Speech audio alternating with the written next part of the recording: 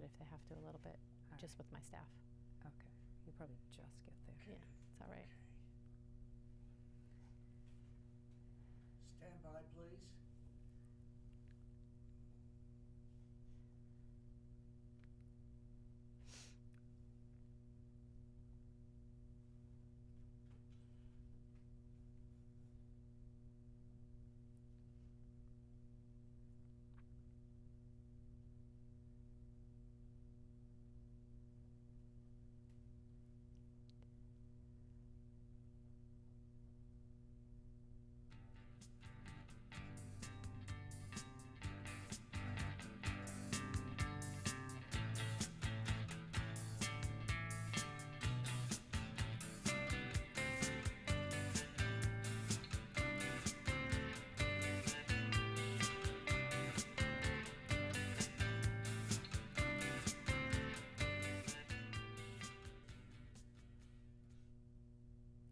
Hello, welcome to Shrink Wrap.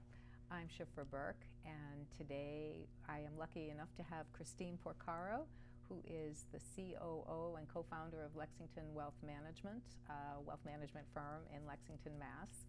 And we're going to be talking about preparing for the third act, which is the kind of current name for retirement, but thinking of it more broadly. Not necessarily retirement as our parents and grandparents thought of it, where you would work to 65 and then just come to a full stop. And that will be our conversation today about sort of preparing for retirement across the life stages. So, Kristine, welcome. Thank you. So I find this topic interesting because I think at different stages of life for people, they're thinking about retirement very differently. And so you have the young couple newly married, they're not even thinking about retirement. They're thinking about buying their first home or planning a family or their next job, where they're going to live. So that's very interesting. But then eventually they begin to settle down and start to plan to some level. And maybe it's college planning and it's not retirement planning, but at some point, you know, someone said to them, probably a parent or a grandparent, you need to plan for your retirement, you need to save, you need to do all of these things. Right. And then there's the next phase of life, whereas in that middle life stages where people are working, they've already raised their children, they've already paid for college, and now they're saying, gee, can I retire someday? You know, and what does that mean for them? Right. And then you have, I think, the people who are right there retiring or even have already retired. Right. And what's life? What's that mean? What's the third act for that person? What's Right. that mean? Right. So, you know, you tell me, there's all different stages and emotions and things. Right. So our show today and our conversation is really about other than money, primarily. Right. Although I think we need to acknowledge that without some amount of money, it's really hard to achieve a comfortable retirement. Right. So the planning does need to be emotional and social and, you know, kind of a what we might think of as a diversified life portfolio as people go through all these stages. Right, absolutely. Right? So what has meaning for you? What do you do that's interesting to you? What kinds of things would you be doing, not working? Right. That you, what do you, you know, how do you replace the good things you get from work outside of work? And so can you have a diversified, I'm not saying this very well, but can you have a diversified life portfolio like you would have a diversified asset or financial one?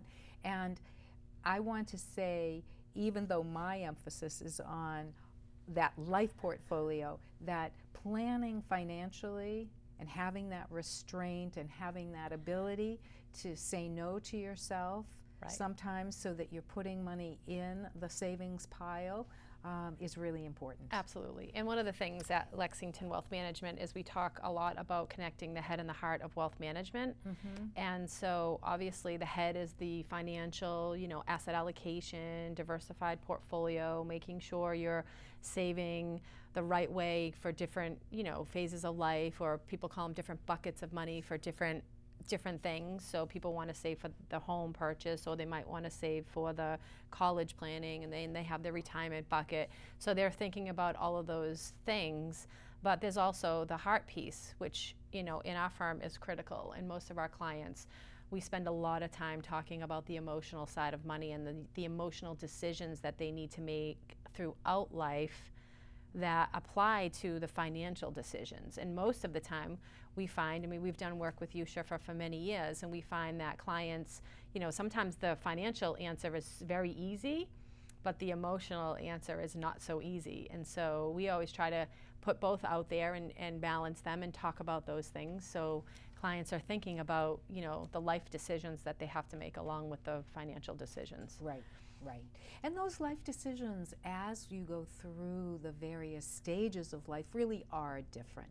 Like what you're dealing with day to day is very different from what I'm dealing with. Right. However, there may be some overlap. So one of the areas of great interest of mine that you know about is just how do people actually feel happy? What brings on happiness? Mm-hmm. And oftentimes we mistake the idea that if we have enough money, then we're going to be happy. And you and I both work with enough people who have wealth, who are not happy, to have proven over and over again that right. more money is not necessarily the answer. Absolutely. And it's interesting because even from the male-female dynamic, you see a lot of times the woman is finding reward or fulfillment through her family or her children, or time with her extended family or parents. And so the focus isn't so much on the financial. And a lot of times, and I'm stereotyping here obviously, but a lot of times, and then the male in the relationship is really focusing on the financial. So you have to balance those two, along with just balancing, you know, the financial with the emotional. You have to balance that there's different personalities in this planning process throughout life. Right, right. And what you're saying, I think, may be true statistically. It may be getting less true. Right. Right. And as the gender roles are changing, more men are able to play to their strengths, and they may be the ones who are actually earning less money and focused less there. And that's probably another whole show that would be really interesting for us to do. Right. That whole issue.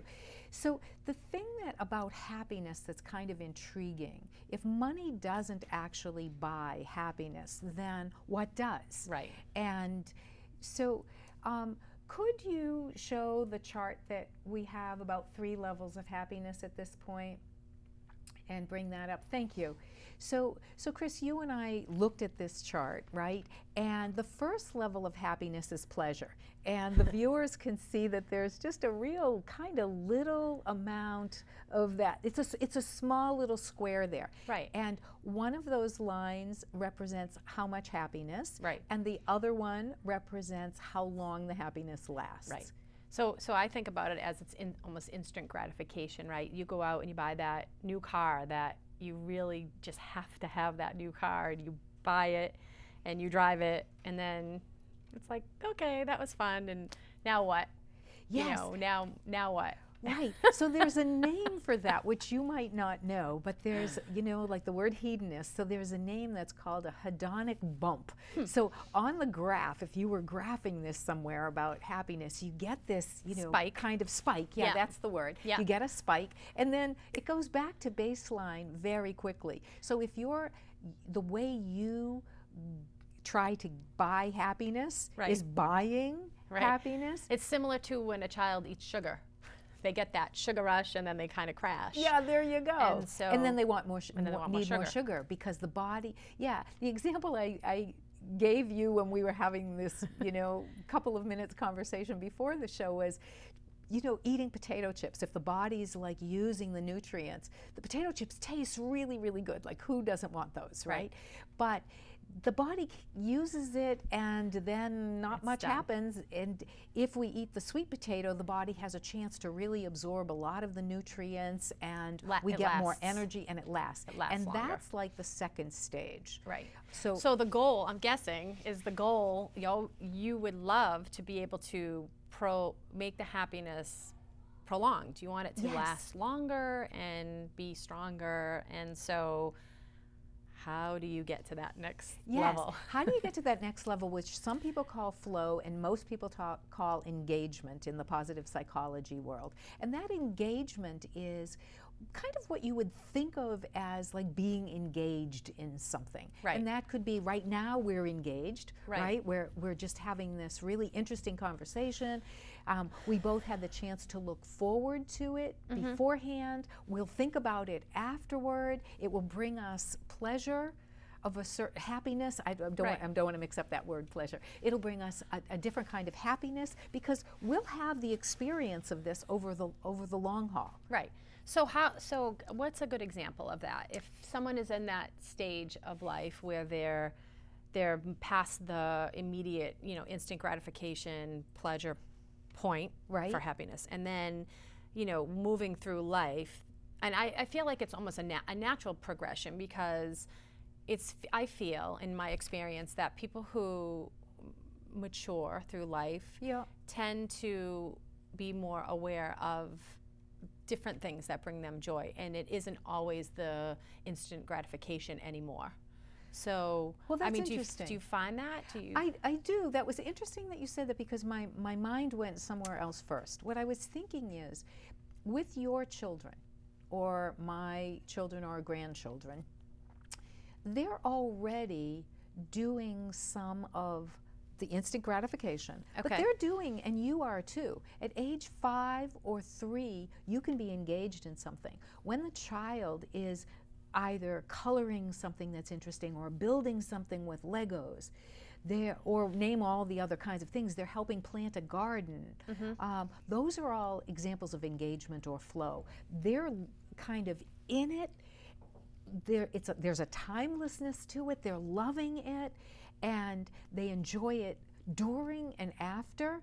They may have something to show for it that matters to them more than the latest, like new shirt that or new new you show for 2 minutes, gadget, or the new electronic gadget, right? Okay. So that can be happening all through the life stage. However, what you're saying is accurate, that at some point after enough of these purchases and enough of these instant gratifications, we're aware that we still feel kind of empty inside. Right.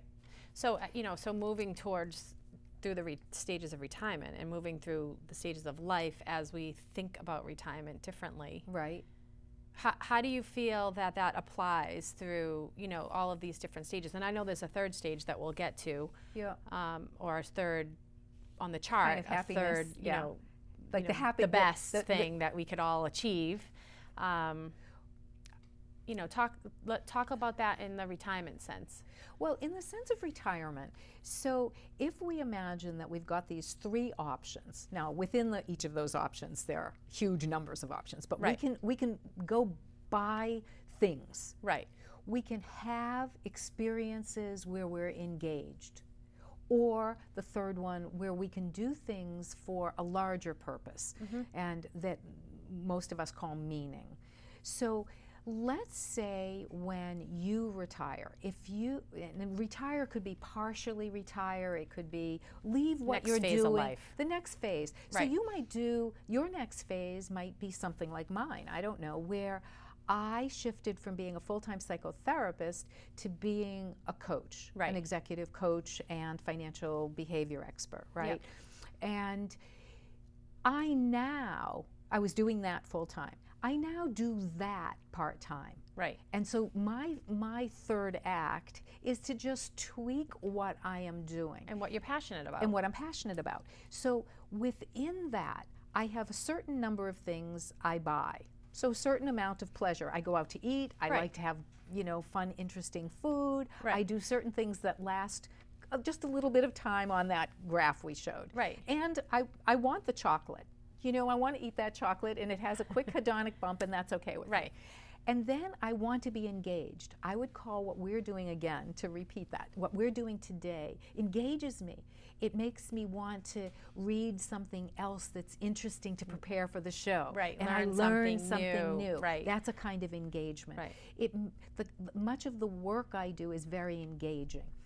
And then, because I have more time, I can dedicate some of my time more and more to what really feels like a passion for me. And that's the meaning phase. That's where we move into that next That's quadrant, right. I guess. And that's right. The meaning. Right. And you know, maybe it's not clear to you that we're not staying, it's not like the life cycle, we're not staying in meaning. Right. We're all three. You're always moving within Within those three, yes. And what we want is more and more of what gives us actual happiness that has staying power. Right. Because that first one, we would have to be on the gerbil wheel or the treadmill all Right. the time. And they call it the hedonic treadmill, where Right. you're, you know, having to feed that because it doesn't last long enough. Right. You said addiction, Right, addictive. addictive, It right. is addictive. So when I think about retirement in the financial sense, and it's funny because we talk about three different, you know, I guess stages or spectrum on the chart or whatever. We say you're in this accumulation phase. Yes. And then you're maybe in the protection phase, and then you maybe get into your distribution phase, or, you know, you're no longer accumulating wealth or accumulating things, Right. and you know, then you've moved through the kind of that stable where you're protecting everything and Right. and Don't wanna things are take too many okay, don't wanna risks. take too much. And then most folks move into that distribution phase where now they're actually withdrawing and thinking about things differently. And so that's, you know, I think two things happen. To me, I feel like you can move into the meaning phase of life because you have more time on your hands. You know, you're no longer raising a family, you're no longer working, you know, full time or possibly two jobs. Right. And so you're in a different phase of life. So you have more time to volunteer for a charity or do some local work in a community, or maybe sit on, you know, a board or two that you're really passionate about. Mentor some young people who need, Right. you know, extra support to get where they need to go, all those kinds of things. You know, you're saying something really important because you and I know that I'm in that spot. Phase. Yes, and you know what's really challenging, Chris? It's really challenging to go from, what did you call, accumulation to and protection to distribution. Right. Because it really is scary. For those of us who are security oriented, and you know Right. that's me, Right. it is really spooky to start withdrawing your money Right. and seeing what you've worked all your life accumulating to suddenly start going down. So other than the people who have so much money that they're never really going to have to worry about using Right. more than they have, Right. and that we know some of those people, Right. it really takes a huge amount of adjustment to keep deciding to do the meaning at the expense of the work. Right. I could be working a whole lot more and Right. still match Right. our expenses with our income. Right. And I'm choosing not to do that. Right. And most people, I think a big fear is most people feel like they may never get to that top phase or that meaning phase because they feel like they'll never be able to retire. They'll be working for the rest of their lives. And so it's quite possible that if it could be more of a frame of mind versus I have to go to a job every day. Right. Find meaning in why you go to work every day, the pleasures, because I think we talked at one point about how people focus on the negative all the time, Right. instead of saying what joy, you know, I go to work, I get to interact with different people, sometimes they challenge me, that helps me grow as an individual, you know, maybe I get more freedom doing this, or, you know, some of the different things. So finding meaning in the simple pleasures or the simple daily tasks. Yes, and I think that can make a huge difference. I would add to what you're saying that someone doesn't have to spend as much time as I am right now in the, you know, working not for money. Right. I Right. could, and I did before. Right. Even when I was working more hours, I still was able, and we all are able, as we're hopefully going to talk about, you're going to be doing. Right. You can insert an hour or two a week of doing something that has tremendous meaning for you, Right. in which you give back. Right. And we wait we wait too long, Right. most of us, and we put ourselves in kind of a confined sort of tight space about, well, this is my time to be working. I can't coach a kid's ball team Right. because I'm working. Right. Well, you know what? You actually could. Right. You can find the time, adjust your schedule, and and obviously some people have more flexibility in their days Sure. or in their work. Some people are required to be very structured in their work time. So, it's being maybe creative where you're finding time outside of those parameters, or, Right. Weekend time or early morning time. And Right. and I feel like the day never ends anymore. So there's all this stuff we fit in, but you can fit it in.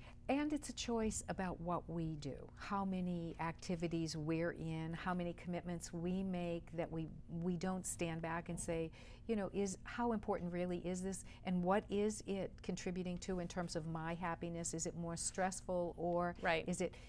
So I want to make sure, I think we have plenty of time, but often the show goes by really fast. And so I want to be sure that we have time to talk about what you're hoping to do, which Right. is how we got reconnected again to Right. do this show. Right.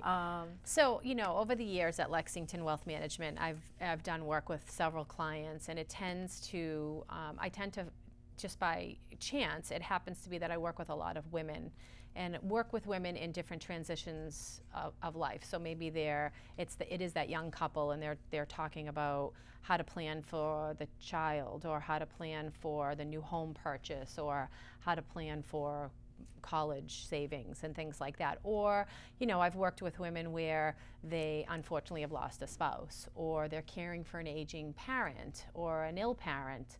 And so, there's lots of different transition that's happening in the world. And, I think that we're on the 20-year anniversary of Hillary Clinton went and spoke at a conference, in the World Conference in Beijing, and basically talked about women and human rights, or women's rights, and women's rights are human rights. And I may be getting that quote wrong, but something along those lines. And so, now we're seeing a lot of focus on women, and I think it's critical to be making sure that we're doing all that we can, and I feel responsible as a woman to be doing all that I can to help empower women around money and around their issues or their questions, and not to feel ashamed or embarrassed, or maybe they feel great and strong and empowered, so let's find a way to help each other. So I've been thinking about starting some type of a women's group, or a forum, or a luncheon, so I have a lot of ideas and lots of spaghetti against the wall.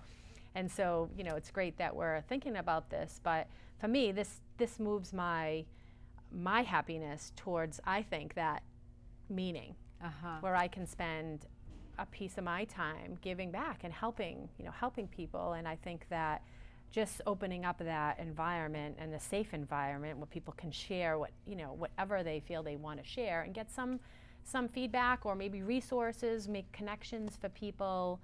However it unfolds, it will be exciting to see. But I'm excited to kind of get this going.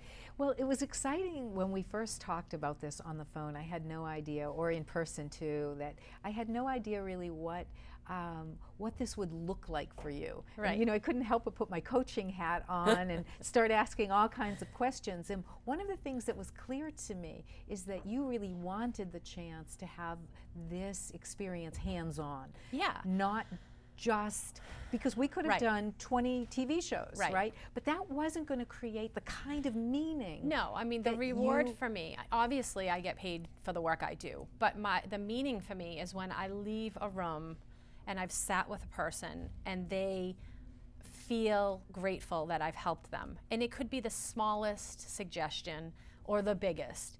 And to see the joy or the relief, maybe, to me that's incredibly rewarding, and more than any amount that they could pay. So, obviously I have a business and I have to charge to do certain services, but there's a part of me that says I want to be able to do this. I want to be able to help other women and, build something that people are happy about, Yeah, see, and I think the important thing, I hope that the viewers just saw you light up because you literally, it's like somebody just, gave you a some a sugar booster shot. Well, no, because it wasn't Right, it frenetic. It wasn't just instant, yeah. was like I don't even know how to describe it, but warm and Right. excited, and you could just feel, I Right. could feel the pleasure, engagement, and meaning Yeah. all together in you.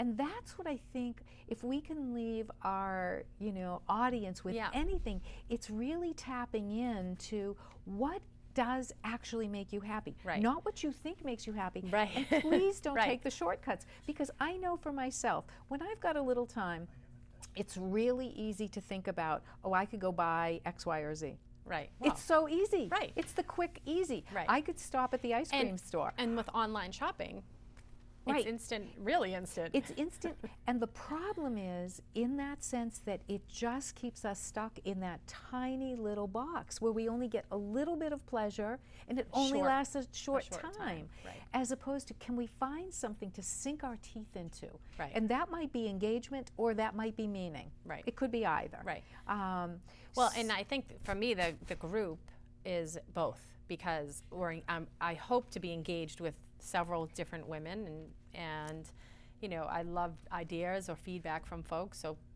feel free to share ideas or send me emails or ask questions, because I love to be able to do that. But for me, it's that back and forth engagement.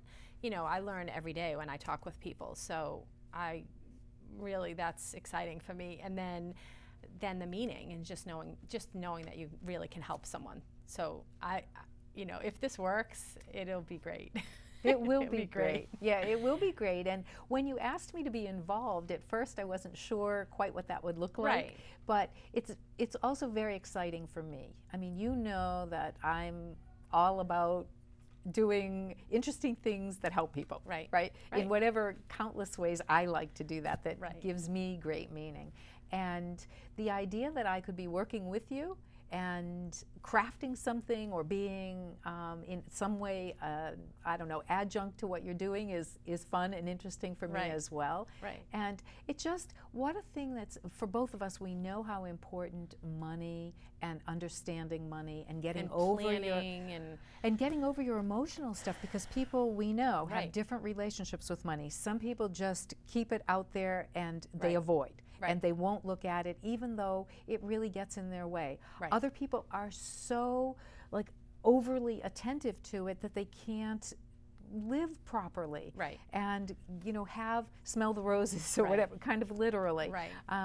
Right. And then so, there's everything in between. And that's a perfect example about how in this whole retirement planning, people, you a lot of times have that one extreme or the other, and a lot of times you have two people that have one extreme or the other. So, you're trying to balance that within the person, the people together, the Right. couple, or Right. And so, how do you kind of balance all of that and work through their stages of life and stages of planning and how as can they they get- be right? How can they help themselves be more self-aware, so that they really understand that each of those kind of carefreeness about money and being kind of security oriented has a strength? Right. And is there a way to pull the strength out of each of their relationships with money, Right. so that it isn't so divisive, Right. and we're not so polarized? Because we know that people can get very polarized about, you spend too much, you're such a skinflint, you're so cheap. Well, I hear it so many times, she shops too much, or he buys expensive cars, and so, a lot of times you have to balance that and help. I think, one of the gifts I think that we have in the firm is that we really spend the time to get people to talk about what's important to them about the money. What's, what is it? We understand that you like nice things, and everybody does. So okay, let's put that aside. But what truly, what is the meaning, and what's the purpose, and why is it important to you that you have this much, or you don't have this much, or you spend this much, or you don't? Let's talk about what's that. under. It's kind of like the iceberg, right? Right. We look at what's above the water, and that's easy to see. Yeah. But what's submerged? Right. And I think I said earlier that the financial answer is sometimes so easy. It's let's invest it this way, or if we're gonna take out a loan, let's do it this way. Or we have some preferred way to access capital for you or some favorable pricing thing that we can get for our client, but you know, a lot of times we find that it's the underlying piece and it's that emotional discussion, and that's what I think, you know, for me, my work is rewarding because we build that relationship and we really get to talk about what's important to you. So we understand we have this bucket of money that we need to take care of, but why? Yeah. The why. Yeah. You know, why is that important and why?